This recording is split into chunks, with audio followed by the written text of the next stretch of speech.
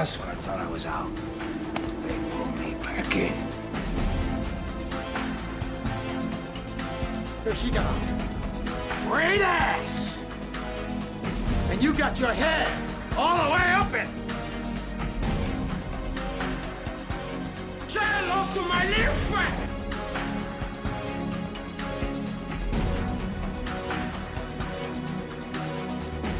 Hoo-ah!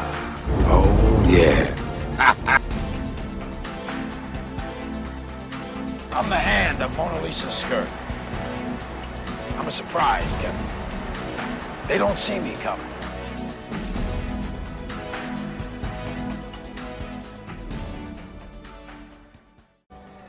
Whoa. Funny meeting you here. Don't be startled, it's only me.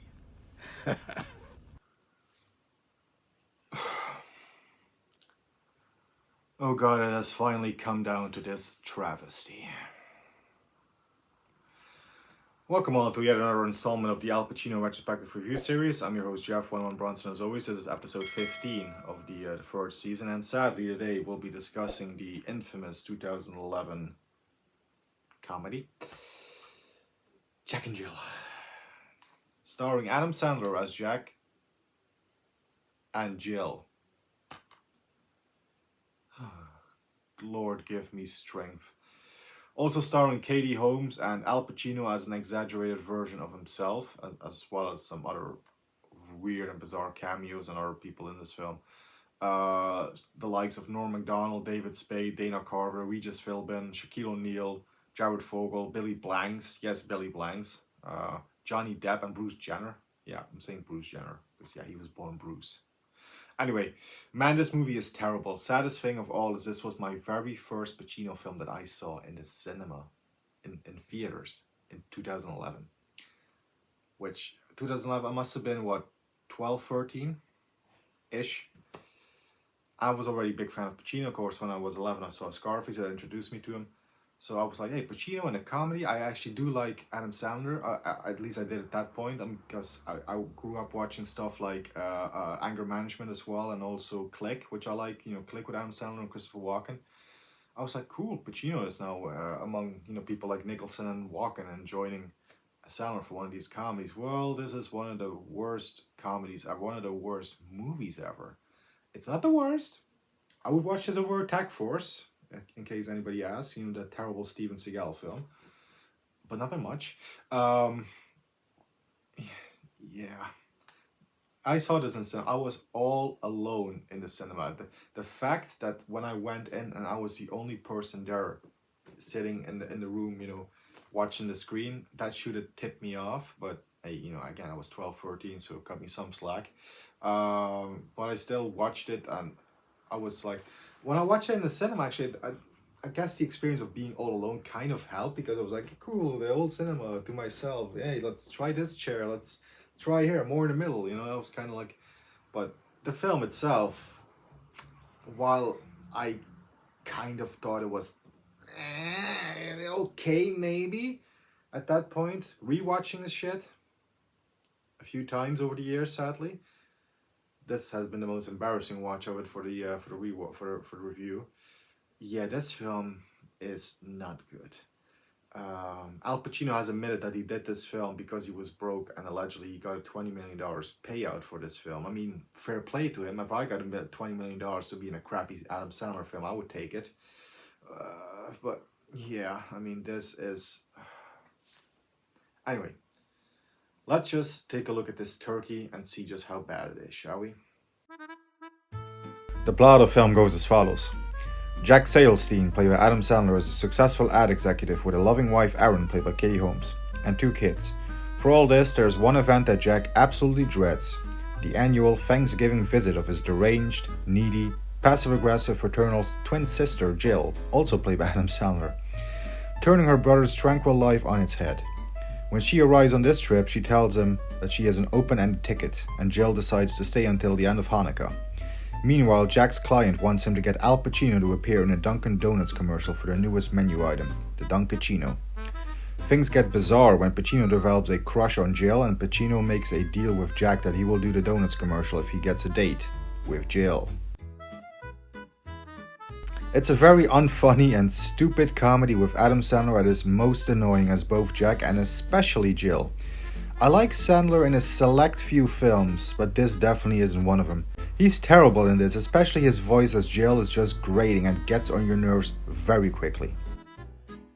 Katie Holmes also doesn't fare too well, but I do like seeing her to be fair and was one of the very few tolerable things in this.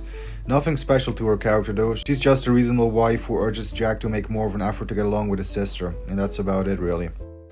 Al Pacino as himself is without a shadow of a doubt the only true highlight in this turkey. Despite taking a role for the money and the script being horrible, he still manages to give it his all in this regardless and still puts in quite the effort. He's honestly just way too good an actor for this material, and his acting mentality and mindset just does not allow him to go lazy and phone it in. He is absolutely 100% committed. That's the most funniest thing about the entire thing. He is the one with the best comedic moments in this, and I do like that Pacino has a self-deprecating side to him and doesn't mind making fun of himself, as the movie at certain times makes clear references to his past roles in movies, etc. One of my personal favorite moments in this is the destruction of his one and only Oscar. When asked that he surely must have some others, he famously quips, "You think it, but oddly enough I don't." Oh my God! I'm so sorry. I'm sure you have others, though. You'd think it, but oddly enough, I don't. Sad but true. Plus there is the infamous Don Pacino commercial and Pacino's deadpan response upon seeing it. Burn this. I'm sorry? This must never be seen by anyone. He's truly the one great element in a monstrosity of a film, that's for sure. I'd say he would be the only reason why anyone would ever want to see this one. As mentioned, there are a few random and pointless cameos in this as well, but honestly not many are worth talking about. I do want to give a mention for Johnny Depp's cameo though, as it is in the scene with Pacino where both sit at a Lakers game together. As a big Donnie Brasco fan, it was pretty effing cool to see Pacino and Depp together again, but alas, Depp is out of there as quickly as he turned up, but I enjoyed it while it lasted, to be honest. Overall, the film was a failure with critics and audiences, of course. I was shocked at the fact that the film actually did make some money, though. On an estimated budget of about $79 million, remember 20 million of that went to Pacino, the film did miraculously pull in about $150 million worldwide. At the time of doing this review, the film sits at a 3% critic score and a surprising 36% audience score. And over on IMDb, the film holds a 3.3 stars rating out of 10. A little too generous in my opinion, for sure, as my own final rating on this one is a 1-star rating out of 10.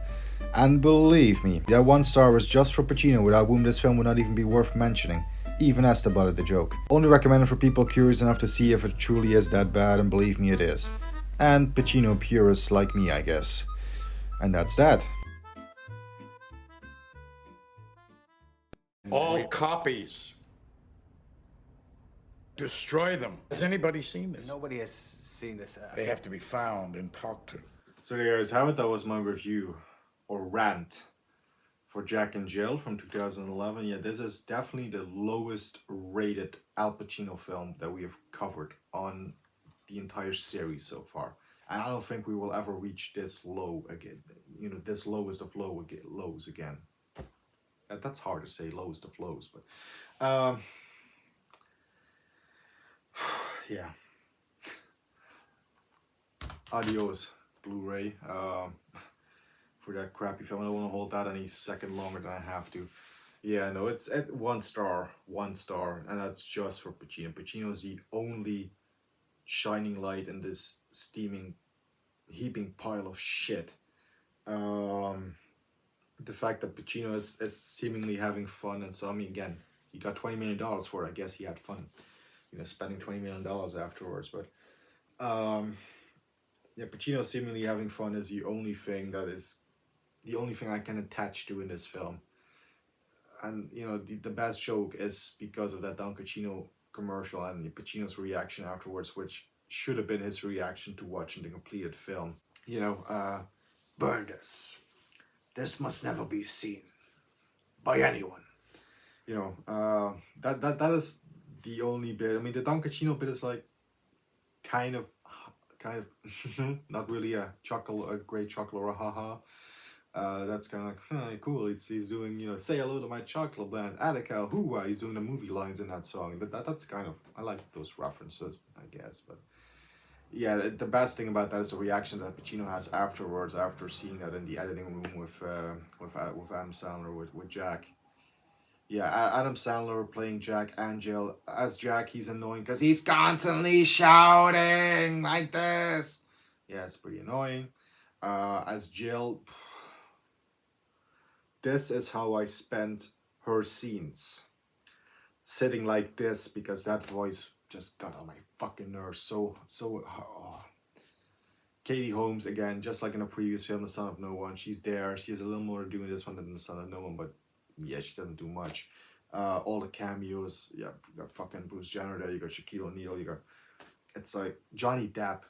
Fucking Johnny Depp is sitting there in the Lakers game right besides Al Pacino. Pacino comes with this big, massive fake beard. He's like, Al, what's up with the beard, man? You look like Osama bin Laden or something. I don't want to be recognized. And then the camera instantly recognizes, hey, we got Al Pacino in the audience. It's like, yeah, it's supposed to be funny. Okay, one joke I did like was when Pacino, who develops for some fucking odd reason a crush on Jill, and he takes her to the house, and he's like, oh, you're from the Bronx, let's play stickball, that's from the Bronx, right? Because Pacino's from the Bronx, Jill's from the Bronx, that's supposed to be the connection between them. And then she hits the ball and knocks his one and only Oscar from the shelf. You know, the Oscar breaks, and it's like, oh my god! And then Adam Sandler was Jill's like, I'm sure you have others though. And Pacino goes, well, you think it, but oddly enough, I don't. Which yeah, it still hurts that the fact that he doesn't, but sadly that is true. Yeah, that's one joke that did get a little chuckle out of me, but. Yeah, Pacino is the only highlight in this. Pacino is the saving grace of this turkey. Luckily, this will not be the last review of this season. We are going to wrap up on a much more better film. I mean, let's be honest, after this one, even Pacino reading the phone book in a film would be much more entertaining. But luckily, we have a good, solid film to wrap up the season on. That's right, there's only going to be one more review this season, and that's going to be for 2012's Stand-Up Guys, which finally got Al Pacino and Christopher Walken together in a film, along with Alan Arkin, who previously was, of course, in Glenn Ross with Pacino as well, and also you got Mark Margolis in this one, who was in Scarface. He was Alberto in Scarface. Also got one of the gals from Death Proof in this one. I can't find her name right now. And you also got Juliana Margulis in this one. It's a very good cast, and it's actually nice little kind of intimate story of friendship and stuff, and it's also it's a much better comedy. It's a much better comedy than this one. The comedy in this one works with Pacino. This one Pacino will have boner jokes and stuff, and like, but that works. This doesn't. Boom. Away with you. Next week, Stand-Up Guys, we got Al Pacino and Christopher Walken sharing the screen. I mean, they were both in Geely together by Martin Brest, but they didn't share scenes. This one, they finally get to share scenes, and that's, I apologize for my Christopher Walken impression. Whenever I mention Christopher Walken, I just can't help myself. Anyway, Stand-Up Guys for next week. Before I leave you, here's a shout out to my member, Crushers Movies and Games. If you guys would like to become a member as well, the link to do so will be in the description box down below. And with all that having been said, stay safe and healthy and keep punching. And we'll see you next week for one more Pacino review this season before a well-deserved hiatus, and then we're going to wrap up with the other remaining Pacino films. Anyway, hooah! See you next week.